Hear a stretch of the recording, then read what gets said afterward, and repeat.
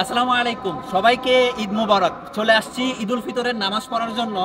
এখনো হচ্ছে দেখেন অন্ধকার কেটে ওঠে নাই, তারপরেও আমরা সবাই সারি সারি আসতেছি কিন্তু নামাজ পড়ার জন্য। এখানে কাতারে হয় কি, ফজরের নামাজের পরে 1 থেকে দেড় ঘন্টার ভিতরে হচ্ছে ঈদের নামাজগুলা হয়ে যায়, যার কারণে অন্ধকার থাকতেই সবাই মাঠে চলে আসে নামাজ পড়ার জন্য। আর এটা হচ্ছে একটা মেট্রো স্টেশন, এই মেট্রো স্টেশনের মধ্যে সবাই এখানে আমরা নামাজ পড়বো।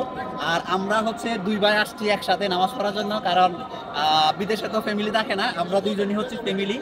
তো আজকে এখানে নামাজটা পড়বো। আর ক্যামেরার পিছনে হচ্ছে আমার বড় ভাই, ইনি হচ্ছে আমার বড় ভাই। তো আমরা দুইজন একসাথে আসছি হচ্ছে এখানে নামাজটা পড়ার জন্য। আর অলরেডি অনেক মানুষ হচ্ছে মানে আসতেছে নামাজ পড়ার জন্য। ওই সামনের পাশে হচ্ছে নামাজ পড়ানো হবে। তো এদিক দিয়ে আমরা আসছি ভিডিওটা বানানোর জন্য, কারণ ওই পাশে তাকবির দেওয়া হচ্ছে, যে তাকবীরের কারণে আমার ভয়েসটা শোনা যাবে না, এই জন্য একটু এই পাশে আসা। নামাজের সময় প্রায় হয়ে যাচ্ছে, এই জন্য সবাই ধীরে ধীরে যার যার লাইন সোজা করে বসে যাচ্ছে। আর আরেকটা কথা, এখানে শুধু পুরুষরাই কিন্তু আসে নাই, এখানে মহিলারাও আসছে। এই যে দেখেন, এখানে অনেক মহিলারাও আসছে দুই পাশে। তারা হচ্ছে পুরুষদের একটু পিছনে বসছে।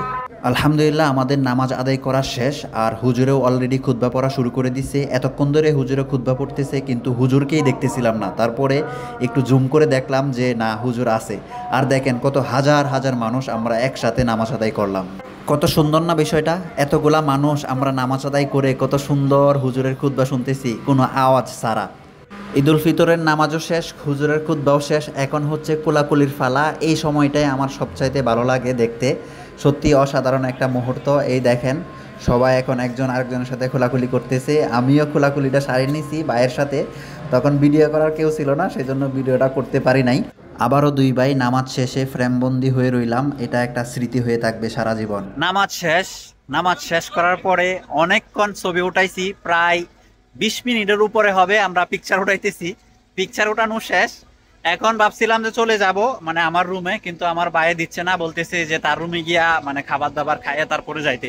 কিন্তু আমি নামাজের পরে কিছু খাইতে চাচ্ছিলাম না, কারণ আমরা কয়েকজন মিলে ফজরের নামাজের আগে পেট ভরে গরুর মাংস দিয়ে খাইছি ইচ্ছা মতো। কিন্তু এটা আমার ভাই বুঝতেছিল না, সে বলতেছে না, যাইতেই হবে, গিয়ে হালকা হলেও কিছু খাইতে হবে। সেজন্য গেলাম, গিয়ে হালকা গরুর মাংস দিয়ে খাইয়া চলে আস। তো যাই হোক, ঈদের ভিডিওটা কেমন লাগছে আপনাদের কাছে কমেন্টে জানাবেন। আজকের মতো এই পর্যন্তই। আল্লাহ হাফেজ, ঈদ মোবারক।